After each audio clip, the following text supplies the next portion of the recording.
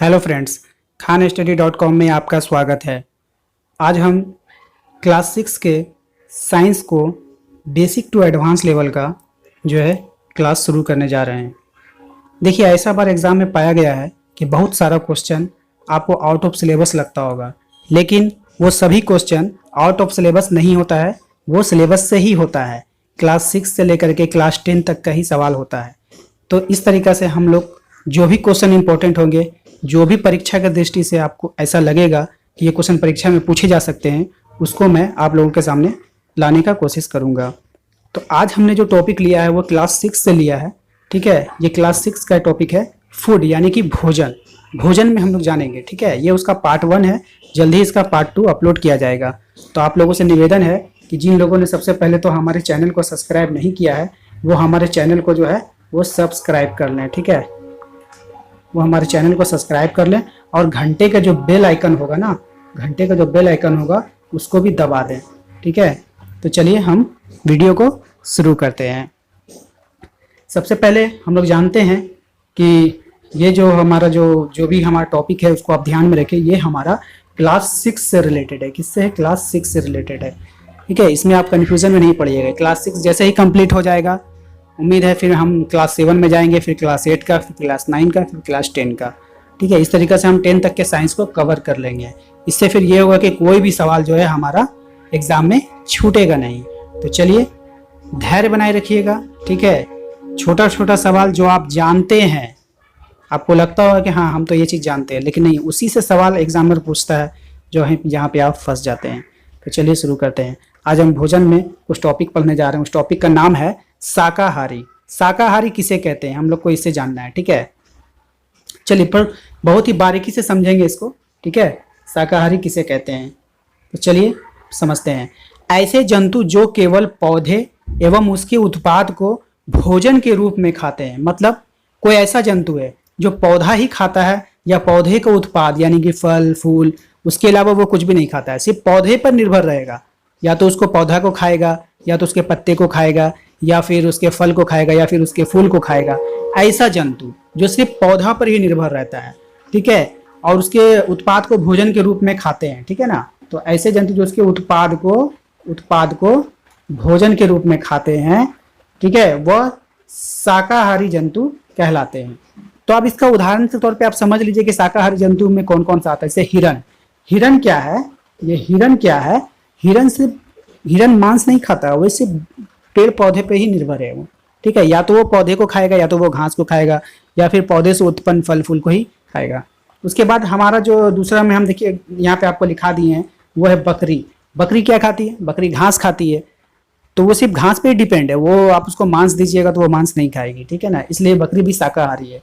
ऊँट भी जो है आपका, वो ऊँट भी जो है वो शाकाहारी प्राणी है। ठीक है, चलिए अब हम दूसरा टॉपिक लेते हैं। दूसरा टॉपिक है हमारा मांसाहारी जंतु क्या है। ठीक है, चलिए इसके बारे में जान लेते हैं। ऐसे जंतु जो केवल दूसरे जंतु को भोजन के रूप में खाते हैं। अब यहाँ पे समझिए, वो जंतु है लेकिन फिर भी वो दूसरा जंतु को खाएगा।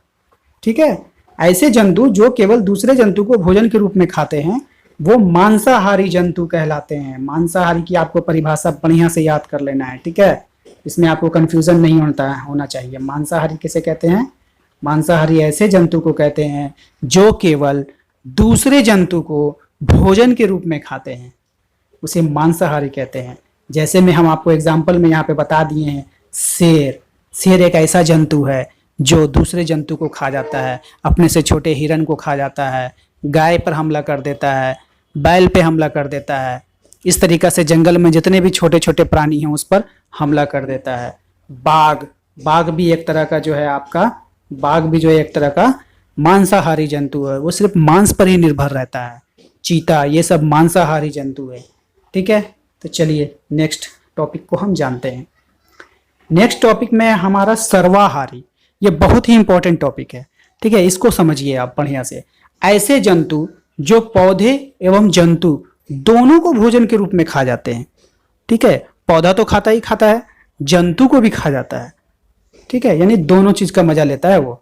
तो उसको हम लोग क्या कहेंगे? सर्वाहारी जंतु कहते हैं। जैसे हम लोग हैं मानव। मानव क्या है? मानव साग भी खाता है, सब्जी भी खाता है और मांस आदि भी खा लेता है। यानी हम लोग जंतु का भी इस्तेमाल करते हैं, पेड़ पौधे का भी इस्तेमाल करते हैं। तो इस तरीके से मानव जो है आपका वो सर्वाहारी जंतु का उदाहरण है। ठीक है। बिल्ली, बिल्ली को जाकर देखते हैं ना आप, वो मांस भी खाती है, मछली भी खाती है और उसको आप रोटी भी दीजिए, रोटी भी खा लेगी, समझे ना। तो वो बिल्ली जो है वो मांसाहारी में आती है, लेकिन उसको हम लोग रख सकते हैं सर्वाहारी में, वो सब कुछ खाती है। ठीक है। कुत्ता, कुत्ता भी खाली आपका डिपेंड जो है वो मांस पे नहीं रहता है, वो उसको भूख लगेगा तो वो कुछ भी खा लेगा। ठीक है।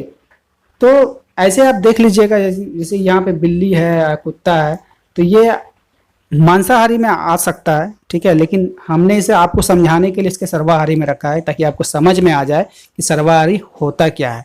ठीक है ना। आप ये मत कहिएगा कि सर गलत पढ़ा रहे, वैसे कोई बात नहीं है।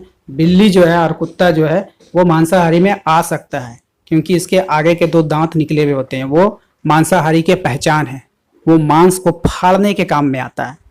ठीक है। मांसाहारी जंतु को पहचानने का एक तरीका होता है कि उसके आगे में 2 नुकीले दांत होते हैं ऊपर नीचे। उससे क्या होता है ना, वो अपने शिकार को फाड़ता है। ठीक है ना। हाँ, तो ये मांसाहारी में आ सकते हैं। ठीक है ना, इसमें कोई तुक नहीं है, लेकिन आपको समझाने के लिए मैंने यहाँ पे सर्वाहारी में उसका नाम लिख दिया है, जिससे आपको समझ में आ जाए कि सर्वाहारी कहते किसको हैं। वो मांस भी खाता है, वो आपका साग सब्जी भी खाएगा। ठीक है। चलिए, उम्मीद करते हैं कि आप लोगों को समझ में आ गया होगा। अगर समझ में आ गया है तो हमारे चैनल को सब्सक्राइब जरूर कर लें। ठीक है ना। हमारे चैनल को प्लीज़ फ्रेंड्स सब्सक्राइब कर लें। जो लाल रंग का सब्सक्राइब का बटन आपको नीचे में दिखाई दे रहा है, उसको सब्सक्राइब कर दें और घंटे के बेल आइकन को दबा दें, जिससे आपको समय पर नोटिफिकेशन मिल जाए। चलिए, थैंक यू।